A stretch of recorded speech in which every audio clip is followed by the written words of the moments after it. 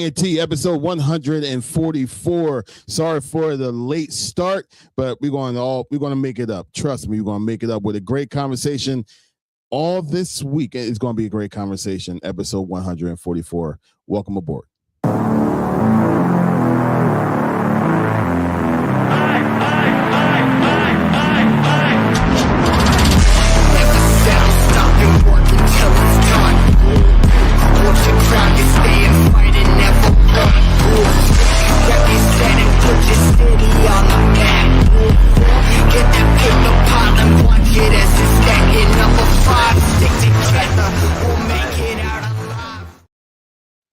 GNT, welcome back. Can't wait to have this conversation with my boys. I'm not going to hold up the progress and anything. Bird Gang is in the building. Bird Gang, what's up, brother? Hey, yo, what's going on, Cap? And everyone that's tuning in for GNT Sportstalk, welcome. Another episode. Let's get into it. Tone the promoter. Yizzo. What's going on, GNT Sports Talk? Episode 144, man. Like he said, man. Let's get into it. Let's talk about it. Yeah, we got a lot to discuss. I mean, we can always go back and start with this LeBron James thing, right? And we're not going to do that yet. I thought it would probably be best to talk about that blasphemy that they talked about when it comes to these quarterbacks and these NFL streets. You know what I'm saying? Like, first off, they got my man Jalen Hurts disrespected, straight disrespected. Number 16 top quarterback in the league. But I digress. Because they got Tone's favorite guys like number 1 on this list. But before we just surf over all this information, Bird Gang, if you don't mind, break it down to everybody. What exactly are we talking about? So we're gonna jump into the topic of them drastically minimizing the play of Jalen Hurts specifically, but the top 5 quarterbacks that Tone wanted to bring up last week when we ended episode 143, where we wanted to get into the topic. So let's see what's going on.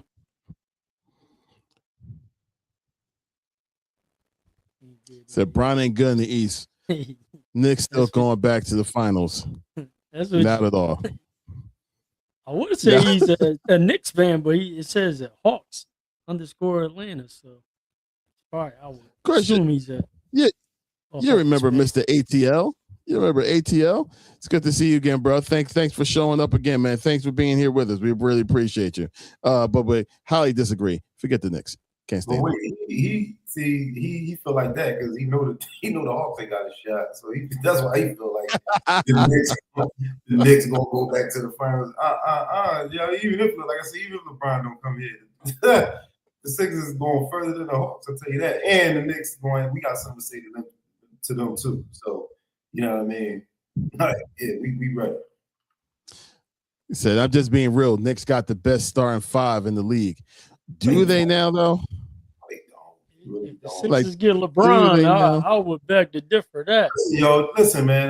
The Knicks was on a run last year. They played well. They took care of business. It wasn't about them having they got the best 5 in the league. You stop it. At least not now. Like I said, come on, man. From point guard to center, our roster looking very nice. Right, like I said, right now. And you add LeBron, what? Come on, man. Stop. There you go. Sean, welcome back, bro. Good to see you, man. What up, Sean? Good to see you. All right, so look. Top quarterbacks for this upcoming NFL season. We have to talk about this because it's been just surfacing. The disrespect has been surfacing. The high praise for these quarterbacks has been surfacing. And it just makes absolutely no sense at all. But I see ATL don't want to let go of the Sixers thing. Sixers got to hold up. Well, Embiid's knees cooked. We know that. We know that already. We know that. But there's 3 other players on the squad that got something to say about that. So we ain't worried about Embiid these no more. We only need Embiid for about 25 games. And every single bit of those 25 games can be after the season. we need Embiid during the playoffs. And we know that his knees are shot, but I'm pretty sure he got about 30 games potentially in him to play. So we'll see. Okay. Can we get his quarterback conversation? So by any chance, Bergang, do you have the list and what they gave? No, I'm not. I don't have the list up because I'm on IG on the phone right now. Oh, that's right. Give me a second because I had the list up and then it went away. Give me a second. Well, we know Josh Allen was one.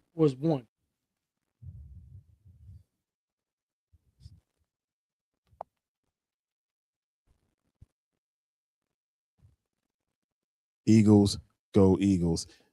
Hey, Sean, thanks for spelling Eagles correct, man. I appreciate you, bro. Sean started off on a good note, man. There you go. It's still early.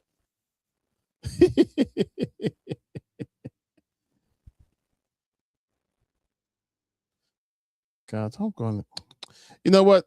As I go ahead and search for this and see exactly what they wrote, because for some reason, everything I have right now is all discombobulated. But hey, Tone, it's time to get into the conversation of who do you believe is your top 5 quarterbacks when it comes to this upcoming year? Yeah, like you said, you trying to get the list of quarterbacks that they had, the rankings, this and that. I don't know what they really base it off of anymore. Like, I don't know if stats is just the case. Clearly we see that winning doesn't, I guess, matter. You know what I mean? When it comes to, being the best at something, I guess if you could sell tickets, put butts in the seat, you're a great, you're marketable, face for TV, great smile, you know what I mean? Like all that cool stuff. It seems like that's what's really the narrative to push. Like just seems like everything is just business related more than like being what's real. You know what I mean? Like, come on, man. Like, yeah, like I said, I don't know what they really base it off of. If it's just that, then I guess I would have to just understand or come to grips with the decision making that the league does. But if we want to go into the conversation of my top 5, like I said, I wish we could compare. You know what I'm saying? Unless you do, have it at some point, Cat. But my top 5.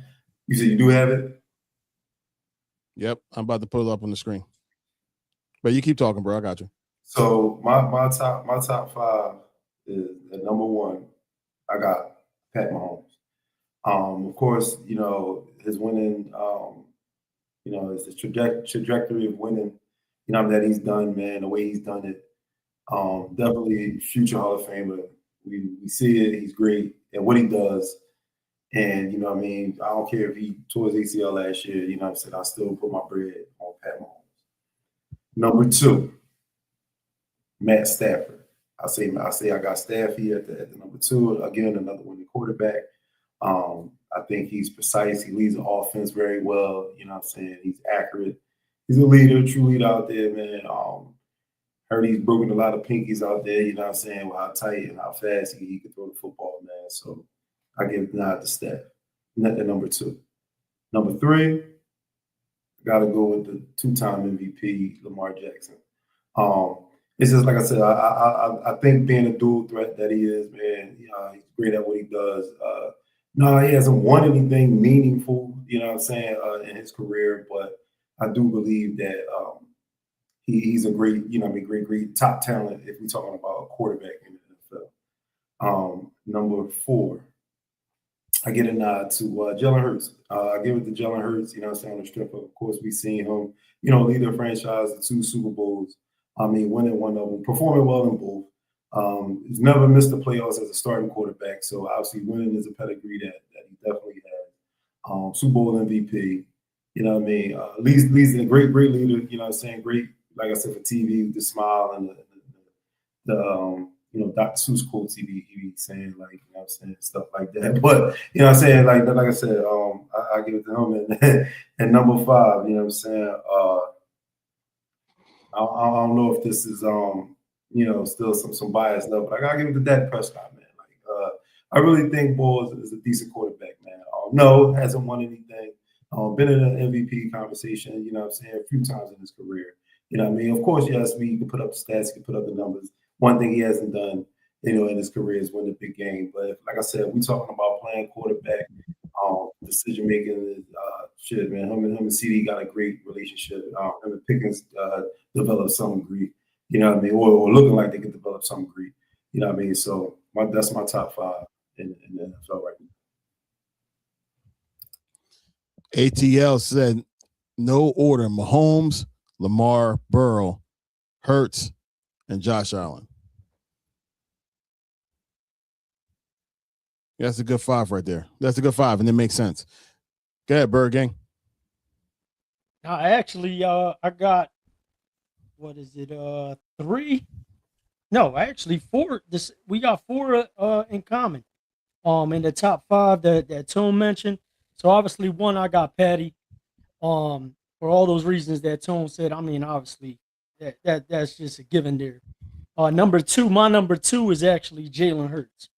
I got Hurts ranked twice. Number 2, obviously he won one, then to another one. He performed at the high level during both Super Bowls and was able, to secure one. Number 3, I have Stafford. He came in 3rd for me. Number 4, I actually got Josh Allen. I got Josh Allen over Lamar Jackson, which is my 5th. Only because I feel like when it comes to Josh Allen, I think he did, if not the same or a little bit less than Jackson, but I feel like Jackson had the better weapons and the better coach. More seasoned coach with Harbaugh versus McDermott. And then obviously, I feel like Lamar at some point during his career, he's always had the security blanket of Andrews. Not until just last year where, the running back with Cooks and Buffalo doing good. I feel like Josh Allen has been doing a little bit more with a little bit less. That's the only but those two could flip flop there between the 4th and 5th, and then the honorable mention that I just had outside of that would have been Joe Burrow.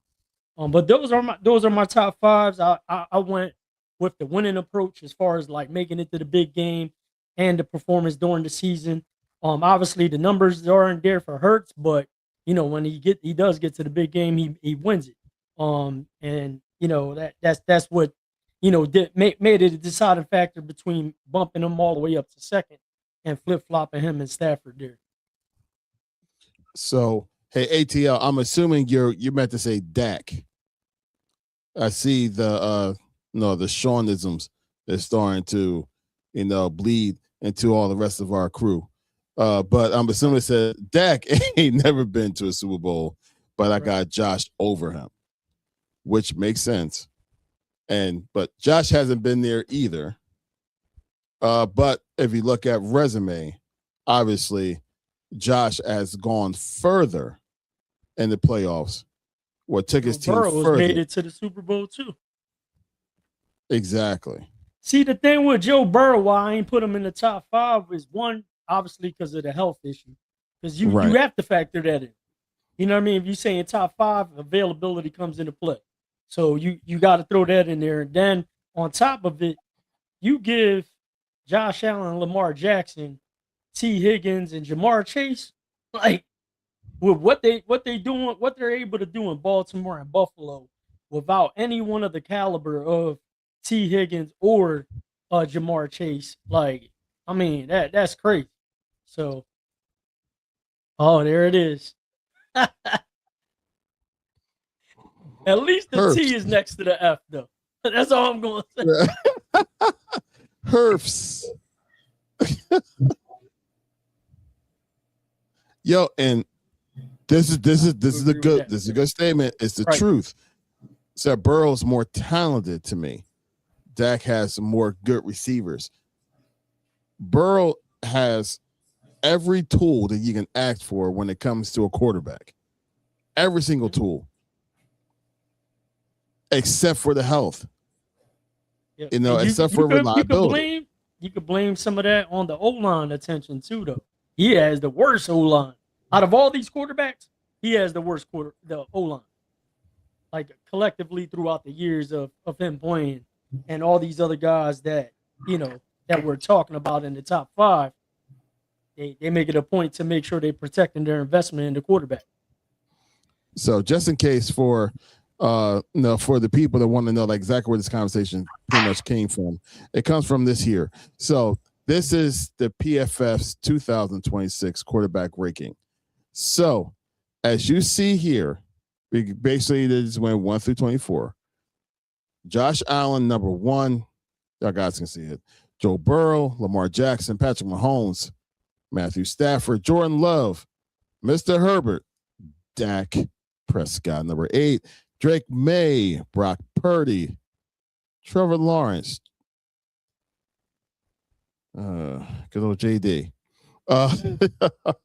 Caleb Williams, Sam Donald, Jalen Hurts, number 15, Jared Goff, CJ, that had a terrible year last year, Baker Mayfield, Bo Nix, Bryce Young, and anybody else. It doesn't even make sense for us to even mention at this particular moment. But you see the list, and you see exactly how they have. Is this a fantasy football league list? Because I could say I probably would agree with it with that. You Correct. Know what I mean? But if it's coming to fantasy football, then obviously for stat purposes. But I'm more approaching this as who I would want to start as my quarterback. If we're heading into the playoffs for the big game, I'm taking these top 5 that I just mentioned. Easy and absolutely right. It's absolutely crazy to have someone that won a championship. It's not like he won a championship like 4 years ago, like 6 years ago. It's not like we're talking about like Aaron Rodgers, for example, that haven't won a championship in like 13 years. We're not talking about that. We're talking about a quarterback that literally just won the MVP just 2 years ago. Not even 2 years ago, like literally like a year and a half ago, if you want to go by the actual time on the calendar. So absolutely makes no sense whatsoever. Now it's time for me to go ahead and reveal my 5. Now, my 5 is going to marry with y'all's. It all makes sense. That's the list again. I'm going to say it like this. I understand why Josh Allen is going to be top 5. I get why someone would have Lamar Jackson as their top 5. Patrick Mahomes better be in everybody's top 5. No matter what, he better be in everybody's top 5. I'm definitely dropping Matthew Stafford. He's going to be in my top 10 for sure, but he has to be beneath Jalen Hurts.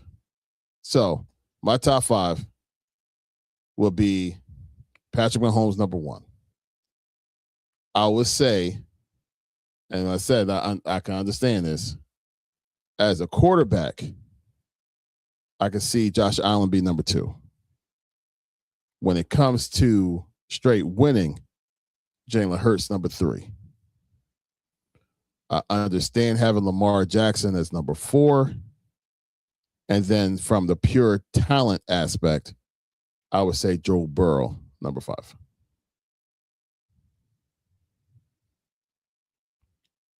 Now, it kills me to have Lamar Jackson after how I trash that man every single year. To have, like, for me to admit that he's in top 5, but there's no denying Lamar Jackson is a top 5 quarterback. There's no denying it. And for what he's able to do with the amount of talent that he has around him, he does bring out the best out of that team. Because, like, who's their number 1 wide receiver right now?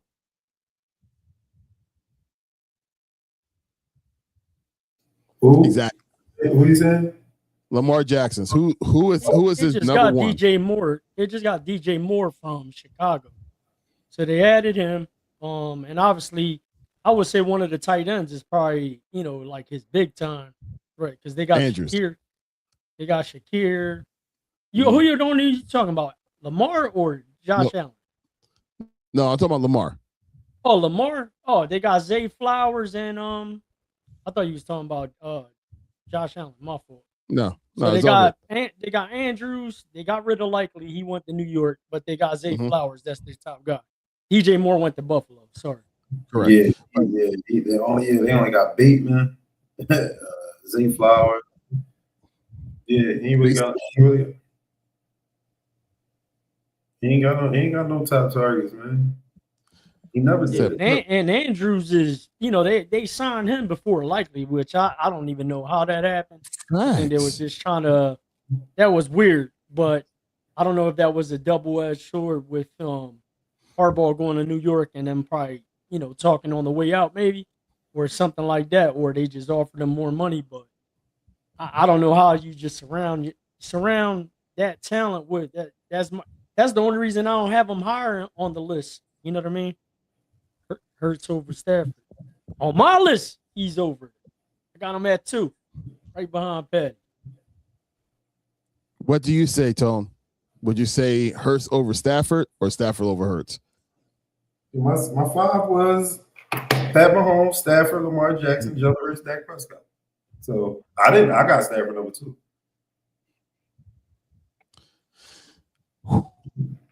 So it's funny because this question. So when we was thinking about this, this conversation earlier, right? If you want to look at it from the aspect of, I think how PFF was trying to do this list when it comes to the pure quarterback, like throwing for over 4,000 yards, having over 25 to 30 touchdowns, hopefully throwing for under 6 to 8 interceptions. When you look at it from that aspect, I understand why a Stafford, why a Herbert, why a Josh Allen, why, I understand why those quarterbacks can be looked at in such high regards, especially Dak Prescott. I understand why those quarterbacks can be looked at that way. But we're based in Philly, right? We're about results. And so far, out of all of those top quarterbacks that they had on there, especially the other 14 quarterbacks that they had above Jalen Hurts, there's only 2 of those quarterbacks that I can think of real quick without looking at the list again that has won a championship or has done more with this team. Only 2. So when it comes to a winning quarterback, a winner, Jalen Hurts is going to be on top of that list. But when it comes to a quarterback that's going to give you nothing but crazy stats, I understand why he may be lower on the list. Right. And the only reason that was a tough one for me too, because I almost put Stafford ahead of Hurts and put Hurts in 3. But the only reason I put Hurts in there is because he's done it in a shorter period of time. He's been to 2 Super Bowls, won 1, lost 1, but still balled out in the one that he lost. And obviously Stafford won 1 as well, but it took him. He was in Detroit. It took him to get swapped out for Jared Goff and went to the Rams on a loaded team. With the receivers, they had Cooper Kupp. They had a crazy team over there when they won. So that's the only. It took them so long to do that. You know what I mean? That's the only reason I put Hurts. And obviously, I'm an Eagles fan. I'm not going to leave that part out. But that one was actually a neck and neck. I could have flip-flop either one of them. But if you're asking me today, I'm taking Hurts. Obviously, at the age that they're at now, too. So. Now, if there was like 5 minutes on the clock, you had to pick one of those 2 quarterbacks to drive your team down the field and score a touchdown. On what team? That's the big question too. You see, everyone likes to compare these quarterbacks, but it's like, all right, then you jump into that situation like, all right, like say, like Tone you had Dak at 5. Imagine putting Dak on the Eagles team. You know what I mean? Like with the weapons that we had and Saquon and all that. So that's where I think everyone starts to like the wheels start turning and everyone starts thinking about it. Like, yeah, or like say you put Lamar Jackson on his team or Josh Allen. That's where it becomes, could have they possibly did that? And that's your biggest argument too with Larry when it comes to Lamar. That when it comes to that playoff is for some reason is like he's either tensing up, even though Andrews dropped that pass. What was it last year, the year before, where Andrews dropped the pass? That year wasn't his fault, but it just seems like during these big games, some of these guys can't get over that big game. Because Lamar be banged up.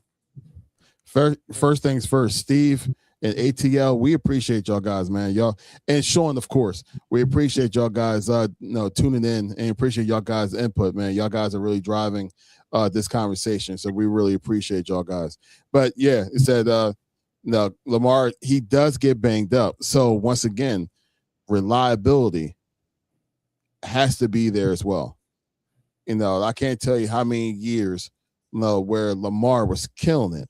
I'm not talking about the years where he won his MVPs, but there was years where the team was doing extremely well, and then bam, he's out, and he's out for like numerous amounts of weeks.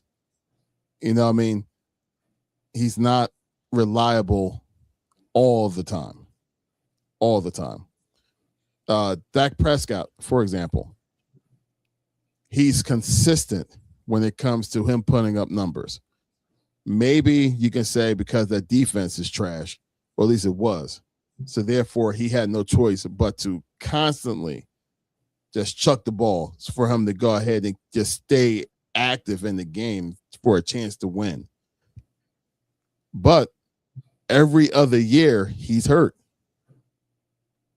So last year, he was healthy throughout most of the season. What's going to happen this year? That's the question. Is he reliable? Joe Burrow, is he going to be reliable the first half of the season? Because it feels like something always happens either in the beginning of the season where he's not available. And then he's on fire for the second half of the season. I don't know. Are they reliable? That's the question. And that has the to. Bengals are notorious for starting like 1-4, 2-5. Like they just end up, being behind the 8 ball, and then you got that tough division that they're in, and they're just constantly playing catch up. To your point, ATL said Cowboys need a consistent catch and run RB. That's the game now. That goes for all teams. It's tough to find those.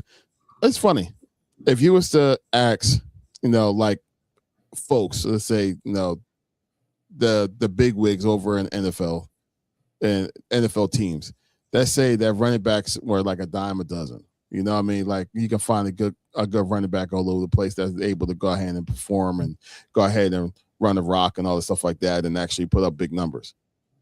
But now, to like fast forward like a couple years, like now it feels as though that getting those type of running backs are not a dime a dozen. They're like a rare gem to get, like the Kamaras or the Saquons or the, you know what I mean? They're a gem, and every team is looking for that type of running back right now.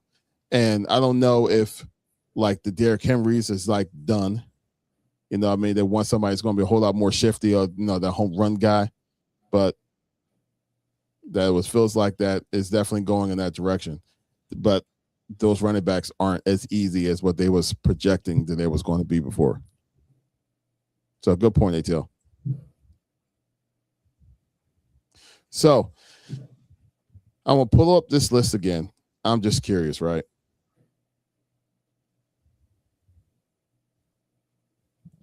Let's look at 10 through 24. Is there any quarterback that's on there that's a surprise or you think that will be a surprise for this upcoming season that can actually be from that bottom of that list to make it to the top 10? Said 10 through 24. Let's go 10 through 24. Besides Hurts, of course. Because I think Hurts is going to dominate. You cannot discount what Jaden Daniels did in Washington. And for whatever reason, they got the Colts symbol next to him on this sign. Which is real stupid. Yeah, I'm like, that just threw me off. I'm like, hold up. I'm like, yeah, like what? Yeah. But anyway, I think definitely him with the MVP season that he had during his rookie campaign. If he definitely, comes back and does what he needs to do, I would say him for sure. You know what I mean? I mean, obviously, I got Jalen in my top 5, so I'm taking him out of the equation. But that's the one that I see. You could possibly anticipate a Caleb Williams sophomore slump type deal. So we'll see.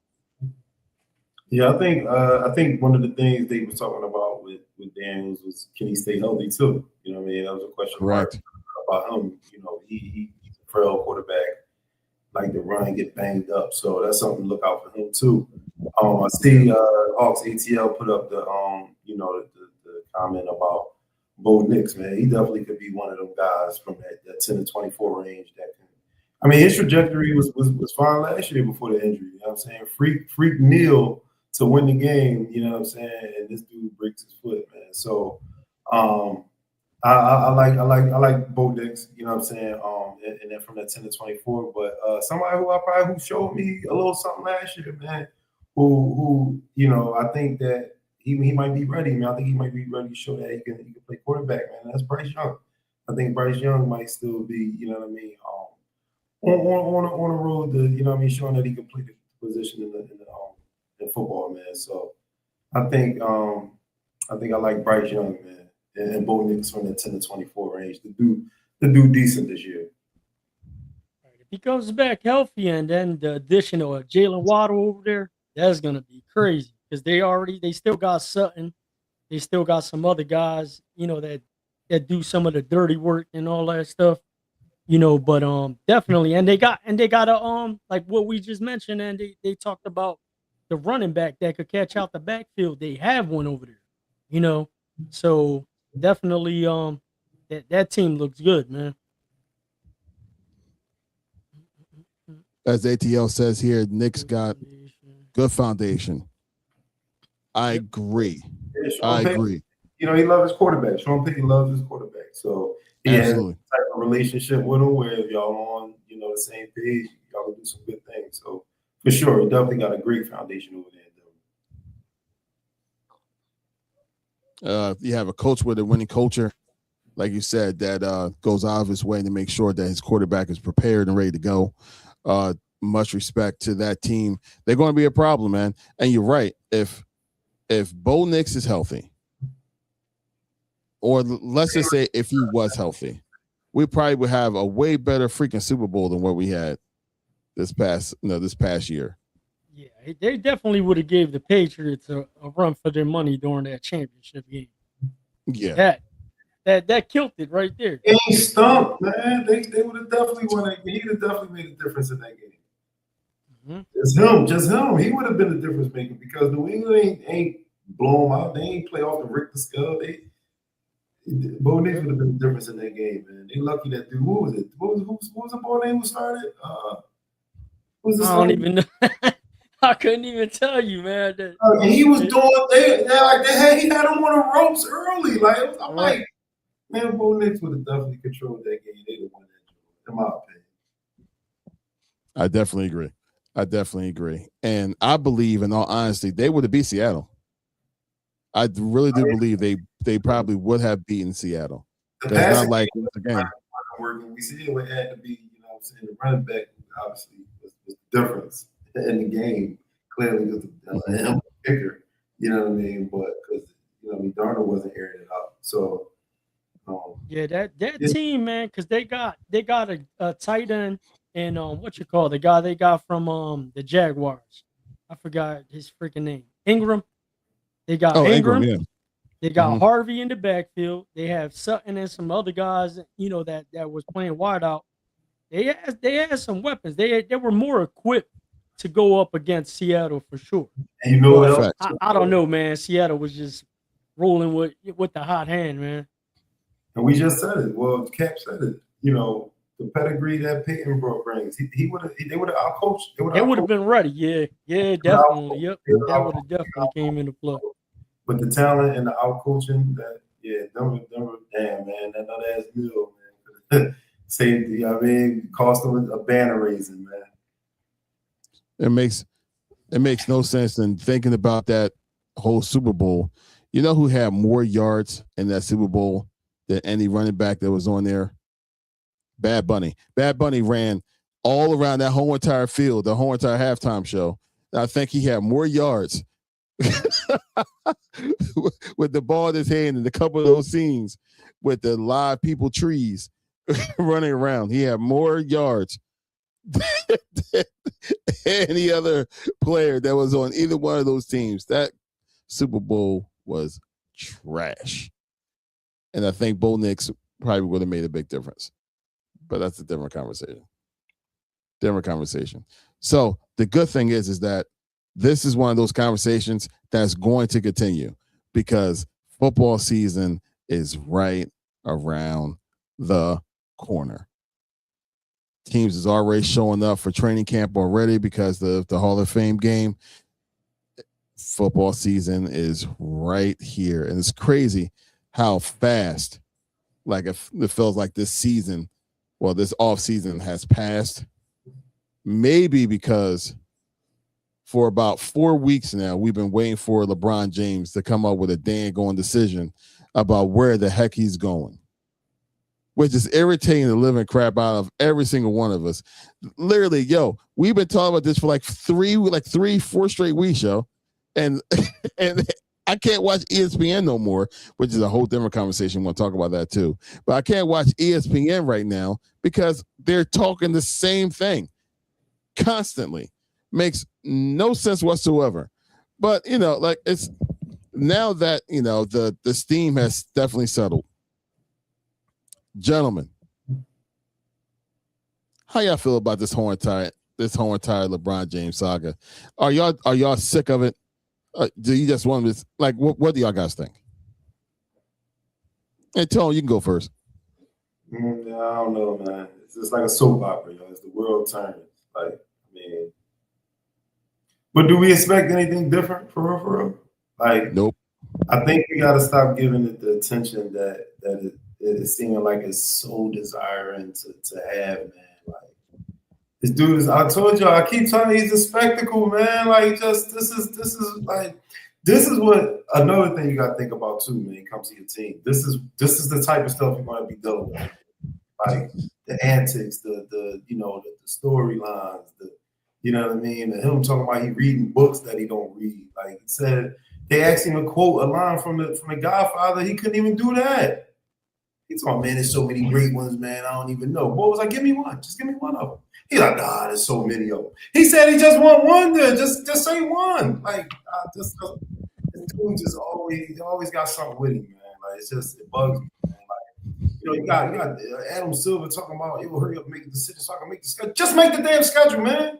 So show that dude he don't run the league, man. So what? Just make the schedule. Don't put him on Christmas. Don't put him on Thanksgiving. Make him play on the 4th of July when the NBA ain't even in season. Don't care about who cares, man. Just make the schedule. Stop giving him leverage. Stop giving him the attention that he's so seeking for. Come on, man, you've been in the league long enough, bro. You ain't never go to college. What is going on, man? What is all the attention seeking about, please, that's what I want to know. Yeah, Burger. Yeah, man. I don't understand what's taking them so long. I get during the one podcast where he was speaking when they were at that Fanatic Fest, they were talking about, he's talking about the whole family thing. But I'm like, bro, you already knew you was going to become a free agent. Ain't that something that you would talk to your family about before telling LA that you weren't going to be there? So I feel like as though like he should have had time. Like you already see with the Miami situation, you already been there, done that. So you already know what you're getting yourself into. Same thing with Cleveland. And then if there's a different team, I see you possibly visiting with these other teams with new management and all that stuff. But taking this long is just like, bro, like just put it to rest already. Just select the team, so everybody can move on. And I think this is one of the reasons why, that a lot of people, because obviously, when he left Cleveland, they were burning his jersey. They were pissed off that he left, went to Miami, Yep. created animosity. But now it's a different story where now you got multiple teams, multiple fan bases where you got the Philadelphia, you got Miami again, and you got Cleveland again, and then you got possibility the Warriors jumping into the mix where all these fans are getting excited with the possibility of adding LeBron James. And if he doesn't come to your team, every single person in that fan base is going to have the hatred towards LeBron. I know he doesn't care at the end of the day, but this is why you have a lot of people that don't look at you as the GOAT or look at you differently because of all these things that you do, off the court. You know what I mean? That tarnish his legacy. Now, ATL said storybook ending. Go to the Knicks. Real talk. Here's the thing, right? If the Knicks did not win last year, that would definitely make sense to me. But because Mr. LeBron is Mr. Drama, that's not enough drama. You know what I mean? That's not enough drama. They already won. They already proved they don't need him to win. So therefore, I don't see him going to the Knicks. Honestly, I don't. Yeah, I'm sorry. I think he had his storybook ending. For real, playing with his son. I don't even think this is his last year. That's the thing, though. Yeah, they said he never even said it was his last year. They said in 2 years. They said whatever. And if that's the case, like I really don't understand why he hasn't made the decision. It's not even going to be for this ain't your last year. Because I'm like, bro, like it would have been simple to me. I would have been like, all right, I'm either going to Philly, Miami, or Golden State, and then my last year, I'll spin the block and go back to Cleveland. Like it would have been that simple. But I don't understand what the hell is going on and why he's taking so long. But I mean, obviously, each of these organizations will love to have him, especially the fan bases. But on the flip side, now you're gonna have, 3-4 fan bases that were, hoping they get you on their favorite team, and they're gonna be disappointed.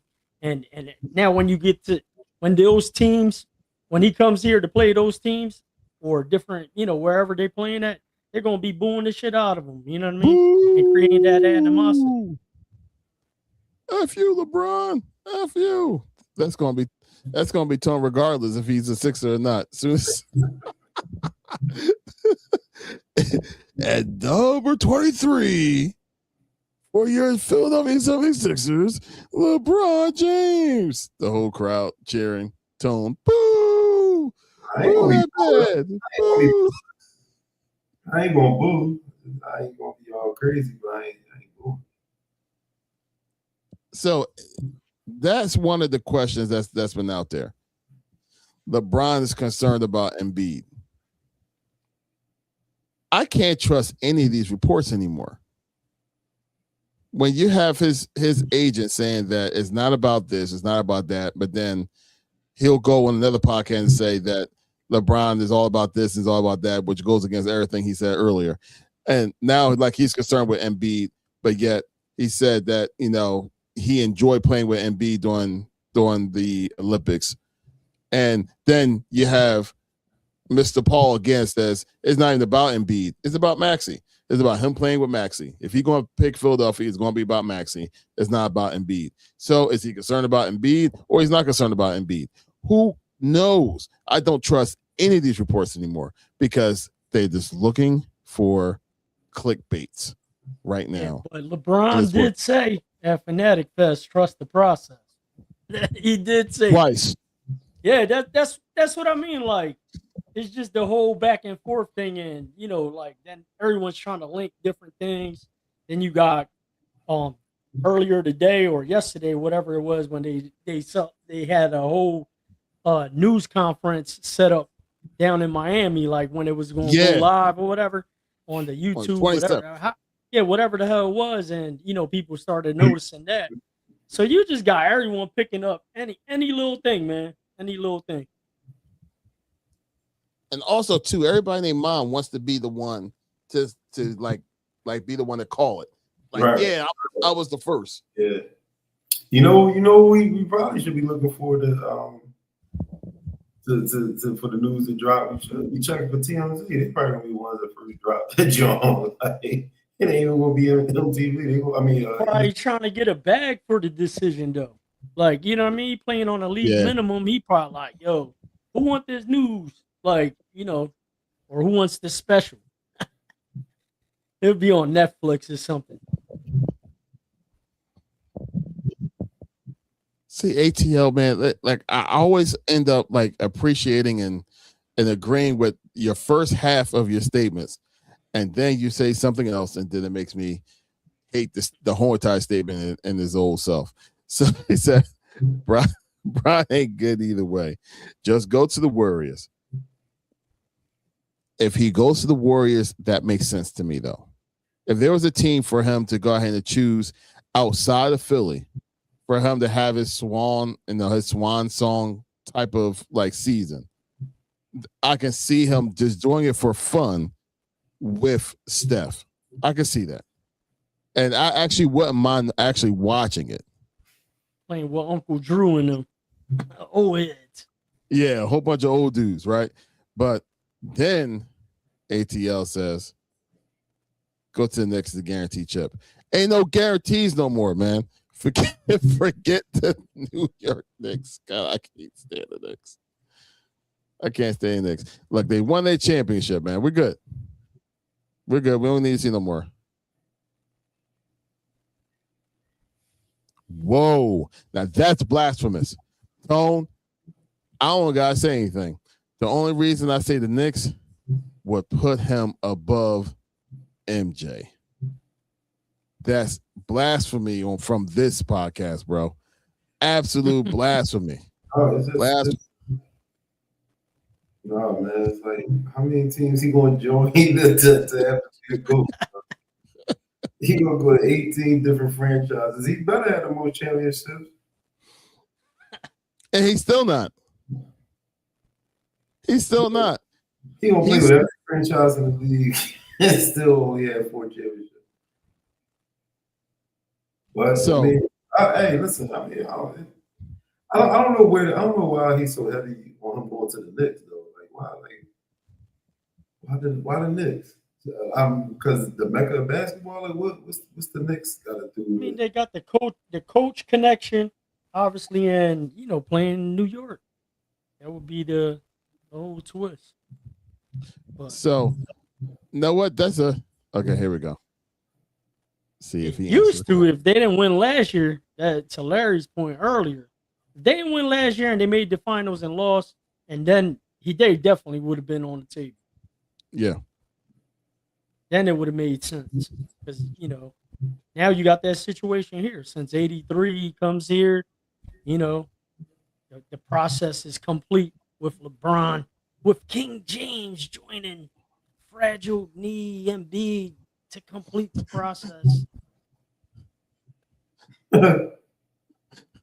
Fragile knee. Yeah, fragile knee. The process. Yeah, he's going to have his knee processed in the ER. But I see Bron like, yo, Embiid, sit your ass down. We need you for the playoffs. His knee is processed already. Yeah.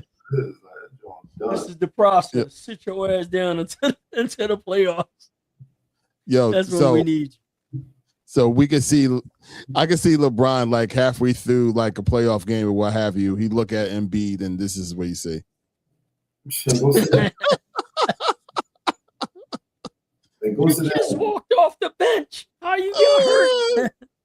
No, you know what he'll do that. Why you keep falling like that? Yeah, right. Why you keep falling like that? It was just a layup. No one was around you.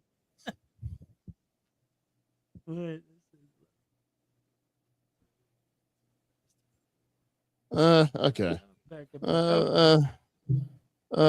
Back to back. Whatever. Don't be surprised if New York get rained out in the first round next year. I wouldn't be surprised. It would not surprise me at all. Especially right now. It's so you have a team. Yes. Very good one. I can see that. I can see that. Well, no, how about this? I don't see LeBron being there, but what I can see is Indy actually being a pretty decent team this year. You know, I want to see Halliburton actually come back and actually have a successful season. That's just me. They're a different team right now. Then when they went to the finals. True. They're a different team. But then Halliburton got to get back. He got to get back into that player. Like, I don't know. I don't see. Brown don't take Indy anywhere far. Not in my opinion. Not what was already in the East. So quick question. When you look at the Sixers squad and you look at what's going on with Miami, if Miami is the team, they keep saying that Miami looks like him going there makes sense. It don't make sense to me. I don't see LeBron being there and making it make sense. Does it make sense to y'all? No, I mean we talked about it. What, the last 2 episodes? It's gonna be a whole month we've been talking about this. I mean, obviously you got it just looks right. You know, joining the 76ers over there, you got Bam, Giannis, and then it'll be James. That's it. You know, LeBron. So you got them 3. Then you got some other guys like just, you know, they not Mitchell from the Cavs, the other Mitchell. You know what I mean? And then you guys got a couple other guys. Exactly. You got to play the forward. He's a forward, and who needs a forward? The Sixers. You know what I mean? You go to the Cavs. They got the second best roster for him to join, in my opinion. You know, with the guys that they got. And then, I mean, if he wants to go to Golden State with all the older guys and see what they could, you know, like cook up over there. But I don't see them making it through a season together. You know what I mean? You need everything to go perfectly fine with some guys that got some miles. You know what I mean? So I feel like here, joining the Sixers would be, you got 2 young guys that could, you know, run the floor when you need them to run the floor. Then you got, you know, another Finals MVP in Jaylen Brown now that can, you know, take the workload when he has to. Then you'll have some nights that LeBron goes off, and then you'll have some nights that when Joel Embiid is playing, that he's going to do his thing. Sixers got so many ball dominant players. Yeah, do the math. Somebody's going to score 30, 2 will score 20 to 25, the other 2 score 15. That still don't even put you at 100. There's plenty to go around. And first ladies in the house, thank you for noticing. It's a story that goes behind it, and I'll tell you the story behind the scenes. There's a story that goes behind why I'm holding talk about the GNT mic. Yeah. And no, we will not get into it right now. I'm gonna put it on the IG comment. I got it. Yeah. No, you putting on the IG comment is going to make it even worse. So, it's nothing even bad, but it's, you know, it is what it is. All right. So before we get ready to you know, to shut down officially, because we're working on this hour. But actually, we got some more stuff that we need to talk about. We can go past it. But just in case for our IG family, for some reason, IG decided to go back with the rules again to go ahead and cut off at an hour. All right. So as soon as the 1 hour hits, chances are y'all guys are going to be dropped from the show itself. So just know that it's not us. That's the Instagram thing. Instagram is doing that now.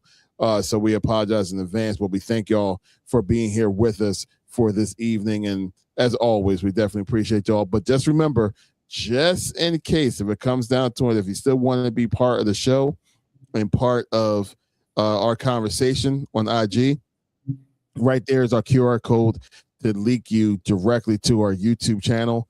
You can just go ahead and click right on that, and then that will lead you right back here so you can continue the conversation even if you do drop out from IG.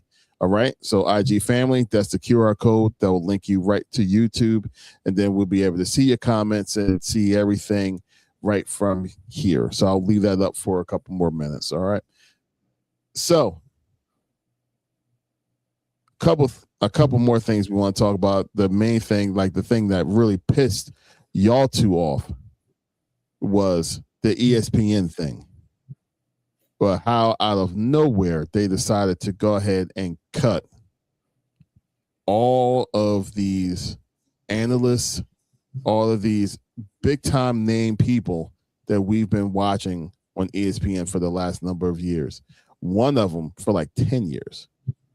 Another one for like 30 years. But a lot of really big names on ESPN just cut and just fired. One fired the middle of his show. But Tone, I know you wanted to get into that because you was irritated the most. So I'm gonna go ahead and put the mic right in your hand for you to go ahead and talk about it first. Yeah, man, it's just a crazy thing, man. Like you see these firings, you know what I'm saying, people, and then you see them giving more money to other, you know what I mean, sports analysts on it, man. Like, I told you, I think it was just a targeted attack, man. Majority of the people black, they was letting go, man. I don't know what that's all about, man, but it just seems like, you know what I mean, our people always behind the eight ball when it comes to, you know, things like this, man. I guess what they call is the DEI hires and all this and that, man. You know what I'm saying? I don't know if it's just that they only need one, so they just let everybody go, man. That's just the way I looked at it. Like, I mean, you got people on these platforms, man, that played the game. So they giving you the insight from, you know, they give you an opinion, you know, for one, but they also give you insight from the game.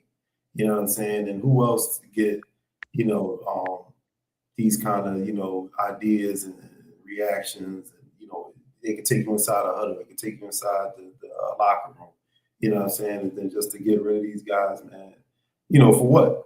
For what? So, like I said, just to pay the people that's already on there. You know what I'm saying? You're driving into a certain demographic where you only want, you know, a certain, you know, look on there. Like, you know what I'm saying? I don't like it. I don't like it at all, man. Like I said, it seemed like our people was targeted. You know what I mean? Out of the majority of the people who were fired, you know what I'm saying, were black. So that's the way I looked at it, man. You know what I mean? Shame on ESPN for doing that. Like, I don't know if you know, because some of these shows that you got running, you know what I'm saying, like, over and over and over and over again, like, you know what I'm saying, where you can have the space to maybe put these other, you know, programs on or not, you know what I'm saying, it being yeah, like, I mean, that's it's crazy. That's why I think we need our own network, you know what I'm saying? Like, you know, we ain't gotta worry about that outshining the master and all this because we who the master, you know what I'm saying? Like, it ain't us, you know what I'm saying? So that's what I'm saying. It's like a targeted situation, man. It stinks.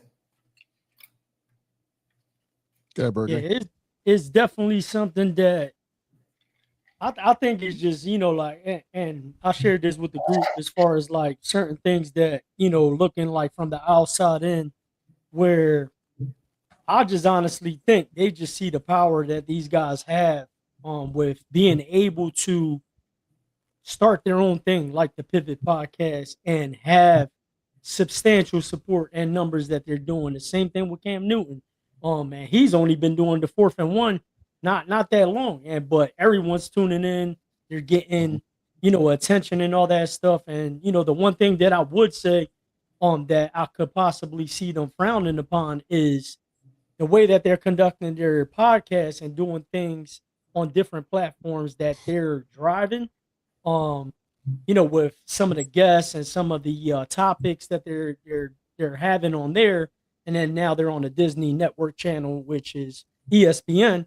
you know what I mean, that frowns upon certain things that they possibly do on those platforms. You know what I mean? But nevertheless, man, I just think again, you know what I mean? Like it is one of the things that I think once people start figuring things out for their own and knowing how to start their own things and know the ins and out of certain things. I mean, like look at Gilly and Wallow and what they're doing here in Philadelphia with what they're able to do with the urban community and tap in with all the minorities and stuff here and the support that they get and what they're able to do with starting their own boxing events and they're just all over the place. They just getting the money by any means, any way possible. It's definitely a threat. You know what I mean? And they're like, yo, like, I think in some cases, they're like, bro, we giving them the sauce by having them on our platform and showing them how things are ran behind the scenes. And then they're taking that and with their creative ideas, with their clout, with the names that they have, and, being ex players and stuff like that, they can easily do a lot more with just minimum information that took years of them building, on a platform of ESPN and take that and tap in with different people on that side. Yo, come over here, possibly stealing different employees and stuff like that. But I'm telling you, man, I think it's just a threat at the end of the day. I know they're going to go right to the monetary part, but I mean, it's just sad to see certain things like the way they did the RC situation while he was on air that he knew that he's not no longer with ESPN. That's crazy. That wasn't even from a professional standpoint. It was just crazy work. But it's just one of them things, man. Like I just look at it, I'm just like, man, you just got to be careful, like with how deep you get into certain jobs and employment, because at the end of the day, when it really comes down to it, like everybody's just is just a person with a number, and the number it happens to be the salary, and if it's not matching or aligning with what they're trying to do, that's the easiest thing to cut. So just going over some names real quick: Carl Ravik, Ryan Clark, Cam Newton, David Lloyd, Tom Pelissero, and Charles Davis, Bart Scott. Those are the ones that, like the big names that was there that was let go from Tuesday. I want to see just in case that I miss anybody else. But obviously the biggest name on there was Ryan Clark, because if it wasn't for his the way that he contributed to NFL Live over there, they wouldn't have a sports Emmy. I mean, it was him with the other three, with Mina Kimes and like Swagoo, those guys. No, they brung you in to want to know more about stuff on the regular basis when it comes to the NFL. The same way that when we look at Charles Barkley and Shaq and Kenny Smith every day when it comes to the NBA, and how we want to watch them and see what they think about the games that's going on. That's how the majority of people felt about NFL Live. And to go ahead and cut one of the major members that was part of that movement that they had, that turned a show that wasn't doing anything at all to a Grammy award-winning show, is major. And what makes it so crazy is, so we know that Ryan Clark, for example, Ryan Clark was cut with 10 minutes left on the show, right?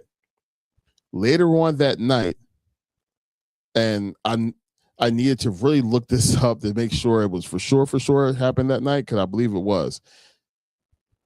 With ESPN, Ryan Clark's podcast, The Pivot, did something with ESPN for college football.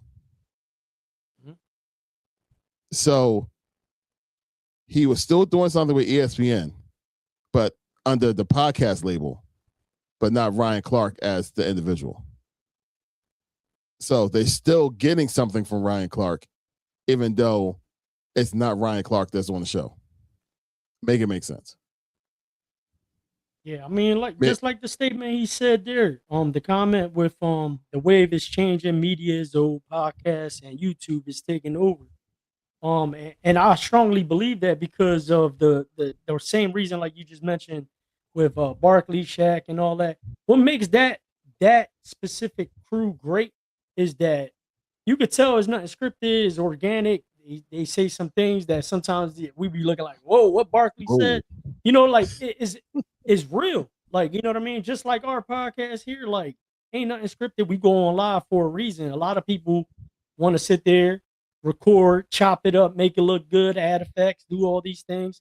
It's hard to sit there and do, what we do at our level. And that I can imagine, when these guys, are sitting there in their studios and have all, engineers and people at their disposal to get these podcasts off the ground and, the YouTube channels and all that stuff. But at the end of the day, they're being genuine, they're being real. Is the real people that you see, is not the person that's sitting, at the ESPN making sure that they don't say anything, walking on eggshells, incorrectly or inappropriate or something that's not PC, or keeping things PC and, not offending anybody. But these podcasts and YouTube platforms are giving us the actual freedom of speech and being able to say what we want to say, within reason.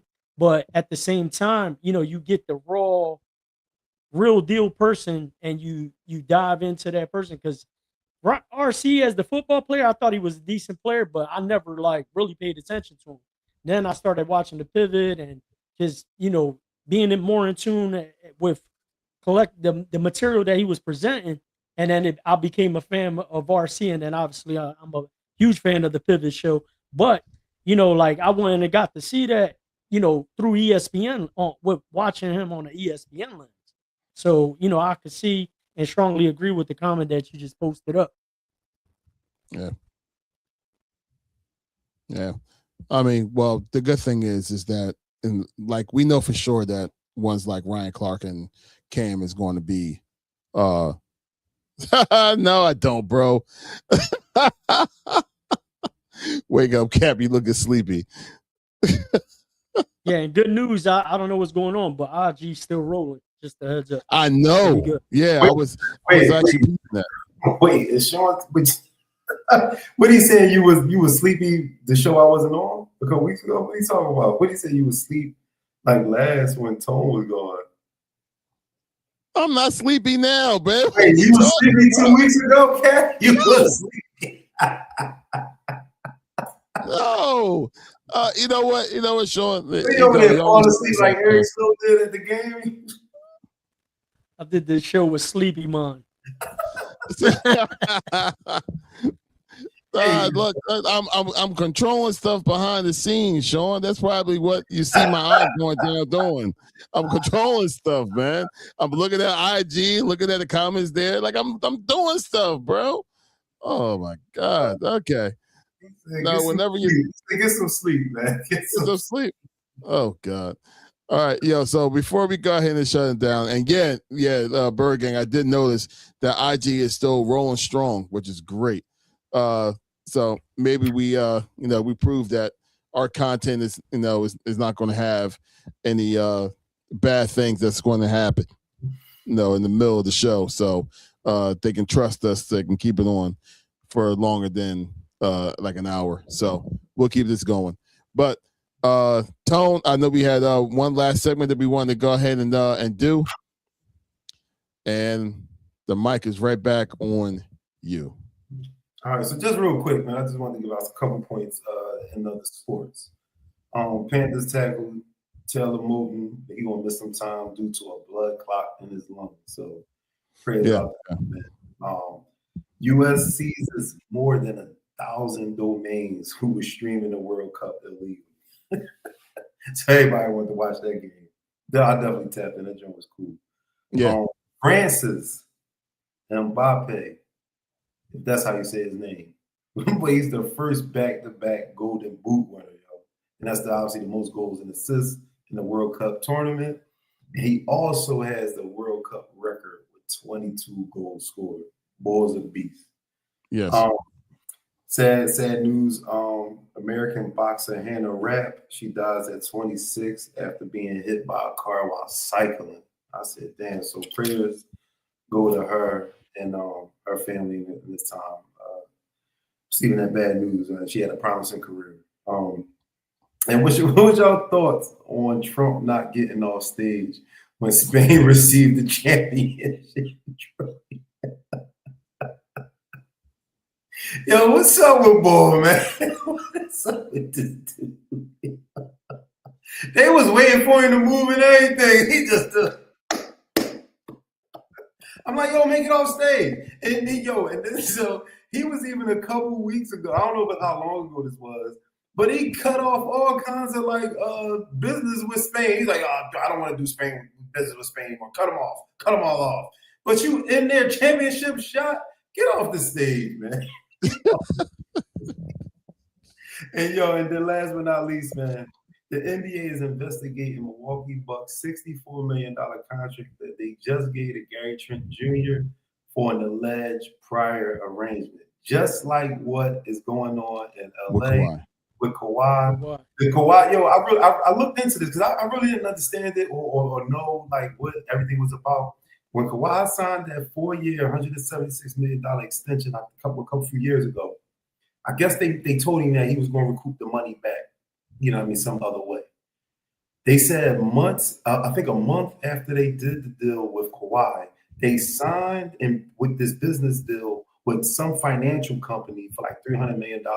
It was a business partnership that they were in. And then what this company did was then gave Kawhi Leonard, they gave him an endorsement deal. Check on the side. Yeah, they gave him an endorsement deal for what the Clippers and him probably agreed, would be extra. They said, "Oh, we get you the bread. You just gonna get it through this deal," and that's what is going on with Kawhi and everything. But the thing with Gary Trent is that he signed in 2024. He signed a league minimum of a 2-year, $7.5 million deal. Obviously, coming off of 3 good years that he had. I think who was he with prior? Toronto, I think. He had 3 good seasons in Toronto, signed the league minimum, and then on July 11th signed a $64 million deal, which the 2 seasons that he played in Milwaukee was pretty much on a sliding board. Like he didn't really do, well. So I guess they figured since he ain't really been playing that well, why did he get a $64 million? So they think it was something like that. I don't know how they found that part out, but you know what I'm saying? Interesting things that's going on in other sports. And then I have also, bear with me 1 second, also got this day in sports. Some crazy joints, right? So back this day, July 22nd, 1909, at Huntington Avenue grounds, Ty Cobb of the Detroit Tigers stole 3 bases in 1 inning. That's crazy, right? July 22nd, 1926, at Mitchell Field in New York, Babe Ruth caught a ball that had been dropped from an airplane flying at 250 feet. I don't know what they was doing over the game, and I don't know why Babe Ruth was the one who caught it. Babe Ruth? That's what it said, the Babe. July 22nd, 1962, Jackie Robinson became the first African-American to be inducted into the National Baseball Hall of Fame. Shouts out, Mr. Robinson. Absolutely. July 22nd, 1991, Desiree Washington, a Miss Black American contestant, charged that she'd been raped by Mike Tyson in an Indianapolis hotel room. Tyson was later convicted of rape and served 3 years in prison. We all remember that. Yes. July 22nd, 2002, a judge issued a gag order in Allen Iverson's assault case. He said that he wanted to buffer prosecutors and defense attorneys from intense media coverage. So obviously, the NBA stepped in there and was like, listen, man, don't be talking about that, trying to get a bad name, let the man, go through what he went through. He's supposed to throw his wife out butt naked with it. That's a whole nother conversation. But yeah, we all remember that. And then the same actual day in 2002, lawyers for former NFL player Ray Caruth of the Carolina Panthers filed an appeal on his murder conspiracy conviction. And we all remember that story. He fell in love with a stripper, got her pregnant. He put a hit out on a woman, killed the woman. Sad story, but the kid lived. So he could live through that hurt you know what I'm saying, that you tried to get rid of this kid, didn't even try to have a relationship with him. And, you know, from the shot and what he went through and the blood loss and all that stuff, the oxygen couldn't get to the baby. He was born with a mental, disability. And then, you know, it was a sad, sad story, but I'm obviously, unfortunately, the mother died, but glad that the kid, lived his grandma raised him good life. But that's what happened in sports history on today, July 22nd. Yo, today was one of those days that was crazy. Like that's a whole lot for just one day, you know. Yeah, when I looked it up, I was like, yo, this is some interesting drink that happened. He said the stripper part. All I kept thinking about was the song. She got the body of a goddess. Yo, man, that's a wild thing, man. The 22nd is wild. It's a wild day for sports. Larry was trying to do the math about the stolen bases. Second home, he had to steal home. That's what I was saying. Yeah, like it didn't give a description on like what bases it was, or because the kid could have stole back-to-back bases, or you know what I mean? Because he had to, because in one inning, how many runs they scored in that damn inning? He was up that many times to steal them bases, because it doesn't say he stole them in a row. It just said he stole 3. Yeah, they probably possibly batted around too. Right. Yeah, a few times. He had to be on base 3 times. Like I said, unless he stole back-to-back. Second and third, and then something like that. Yeah, that's wild. Yo, with the Kawhi thing too, I saw something that they weren't even letting Toronto complete the trade. Yeah, it's on hold. They said it's on hold. Yeah, it's on hold until they figure that whole thing that you just mentioned. But that's crazy, man. They was like, yo, we're gonna give you 175, but they're gonna give you 50 cash. Right. Cash in the bag. And that was another thing they said, that if he did agree to that was taxed a different way, or it wasn't taxed, or you know what I mean? It was like obviously hidden from the cap, because they was able to sign other players because he signed for. And I didn't even know. I didn't even think about that. I said, damn, it was only 4 years, 176. Like he should have gotten north for 200. Everybody was getting north for 200. Right. The handshake deal. Yeah. Yeah, the Kawhi's, man, like his story too is crazy, man. Like with what he's been through, like from a personal level, like it's wild. But now to be involved in this is crazy. Yo, and the crazy thing is, like, how much bad is it really though? Like, is it? They ain't commit no crime or nothing. It's just, you know what I mean? I don't know. Was this a fake financial? No, it gives the team more flexibility on the cap space on the books to add more players. So is a competitive advantage for the team to better assemble a team around them, you know, with that loophole. And I mean, if other teams, bro, like that for years, I've been thinking that's how the Yankees and the Dodgers, how they getting all these guys on their team. They said the revenue of them teams is so it's so crazy. They pay a luxury tax. Yeah, that's what they said. They said the Yankees did that all the time. That's how they would. They said that's how that. Yo, if you really think about it, man, who the Yankees have on their team at the same time? Right. No way. I know back in the day for sure they would, especially with Bob involved. They're like, but Steinbrenner, man, he rich. He's rich. Like he ain't care. Yep. And it worked for him. They won championships, so it worked. You know what I'm saying? Like, hey, especially when they sat down with Kawhi, like, yeah, we're gonna give you $50 million cash. We like, all right. And they brought that joint in the duffel the next day. No tech. Put it in that old Tahoe I got out front. Right. I said, damn, that was crazy. It was a wild joint. Wild story, yo. They said that it got loose, like story-wise, because like after they signed him for an endorsement, all the things that he was supposed to have done as an endorsed player, he never showed up to any of those things.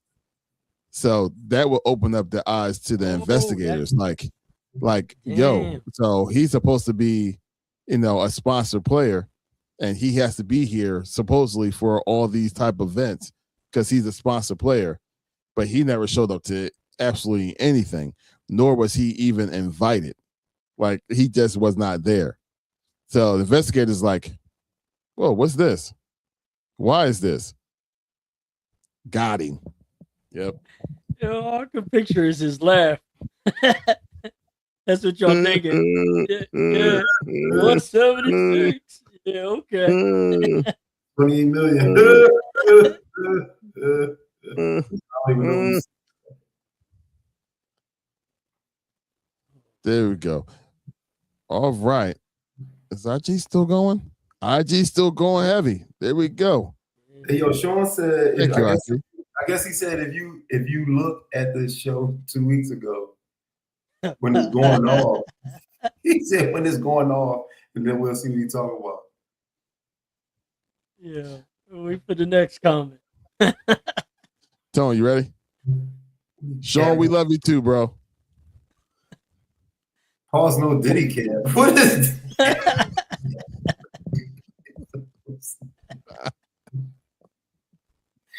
No Diddy cap. Hopefully we have LeBron next week, bro. The cap emoji. Oh man. Go get some sleep. Sure, we love you, bro. And I'm wide awake, bro. Wide awake. No worries. I'm good. There's no red in my eyes, brother. We good. Anyway, with that being said, it's about time for us to go and get some sleep. So with that being said, it's time to shut them down. Bird Gang. Hey, thank you guys for tuning in on another episode of GNT Sportstalk, episode 144 in the books. Bird Gang checking out. Thank you guys. Yeah, man. Y'all already know, man. Thank y'all for tapping into another episode of GNT Sportstalk, man. Episode 144 is in the books, man. Thank y'all for tapping in. Like I said, sorry we was late on the start, man, but tap in every Wednesday night, man. 8:30, 9 o'clock, whatever, man. But definitely gonna be on air. Thank y'all for tuning in, man. Continue to like, comment, share, and subscribe. We do this every week, man. We love the engagement. Thank y'all for everybody who tapped in on the night. We had a comment, and everybody who viewed, man. Keep them numbers running, man. We see y'all next week, man. Y'all see it, man. Y'all know who it is, man. It is the promoter and the show we have this Saturday night, man, at World Stage Live, 3025 Walnut Street, man. Laugh the pain away. Me and my man Ken Jones, man, we run that thing down there, man. But come down there. We got good, dope talent down there, man. Called KJ Official will be down there, man. The comics. That be hosting, that be down there, gracing the stage, man. Like I said, got Ken Jones hosting it, man. And we got the poet Flizzy Flow in the building, man. So if you follow me, man, hit that link on IG, man. Buy them tickets. See y'all Saturday night. Showtime starts at 8 o'clock. See y'all, man. See y'all next week, and I'll see y'all Saturday night, man. Let's get it. There it is. To our IG family, appreciate y'all for being here this whole entire time. YouTube family, where would we be without y'all, guys? We really appreciate y'all so much for being here, for tuning in with us, and for being here for the longevity of the whole entire show. 1 hour and 23 minutes of fun conversation. And Sean, just in case, I will double check the other episode to see how sleepy I looked. We'll talk about that a whole nother time. All right, maybe we'll get you on here to actually say what you meant without actually writing it down. Paul, no Diddy, cap. So, sure appreciate you, bro. ATL, Sean.